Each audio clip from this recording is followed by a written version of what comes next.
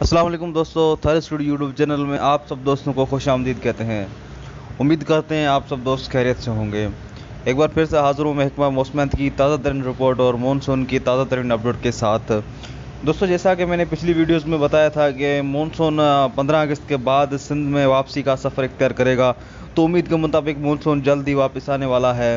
Monsoon की मौजूदा सूरत हाल भारत में इस वक्त कमज़ोर है, जबकि सिंध में एक तवील ब्रेक की कैफियत है जो जल्द ही ख़त्म होने वाली है। उसकी बुनियादी वजह एमजीओ वेव्स का वापस बहरे हिंद में आना है। बहरे अरब के पानी के दर्जा हरारत मामूल से काफ़ी कम है। एमजीओ इस वक्त मगरबी बहरे हिंद में मौजूद है, जो तेज़ी से आगे बढ़ रही है और शिद्दत इख्तियार कर रही है, जिसके सबब अगले 7 दिनों के दौरान बहरे अरब के पानी के दर्जा हरारत में उम्मीद है नुमाया इजाफा होगा, जिससे साहली पट्टी पर कन्वेक्शन में भी धीरे धीरे इजाफा होगा।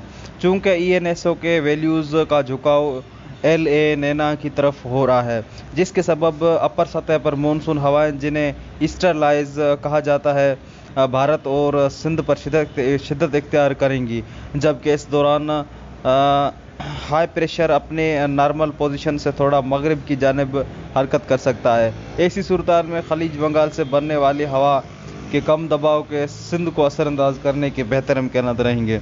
खलीज बंगाल में 15 या 16 अगस्त के दरमियान एक हवा का कम दबाव बनने की तवक्का है, जो गुजरात की जानिब अपनी पल्सेस भेजेगा, जिसके ज़ेर असर एक साइक्लोन सर्कुलेशन से 18 से 20 अगस्त के दौरान गुजरात और सिंध के कुछ मकामात पर बारिशें हो सकती है।